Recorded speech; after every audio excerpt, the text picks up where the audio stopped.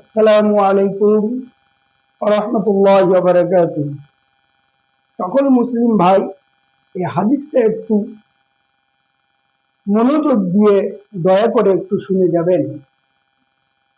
আসসালামু ক্বাবলাল কালাম, ছোট্ট একটি হাদিস। আল্লাহ রাসূল সাল্লাল্লাহু আলাইহি ওয়াসাল্লাম বলছেন, কথাবার্তার পূর্বে সালাম দাও।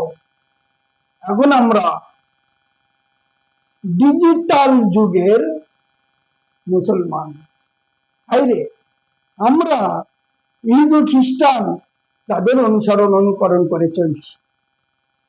যে আল্লাহ রাসূল সাল্লাল্লাহু আলাইহি সাল্লাম বলে গেছেন, আসসালামু ক্বাবলাল কালাম, কথাবার্তার পূর্বে সালাম। আর আমরা কি করি? কথা বলে তারপর বলি আসসালামু আলাইকুম। না, সঠিক নিয়ম আসসালামু আলাইকুম ওয়া রাহমাতুল্লাহ, তারপরে কথা বলতে হবে। আপনি ভালো আছেন? আপনার বাড়ি সকলে ভালো আছেন? আপনার শরীর ভালো আছে? এরকম কথা চলবে। আর আমরা কি করি? তুমি ভালো আছো? আসসালামু আলাইকুম। না, এটা তরিকা নয়। আমরা মেহেরবানি করে একটু খেয়াল রাখবো, যাতে করে এই হাদিসের প্রতি আমল করতে পারি।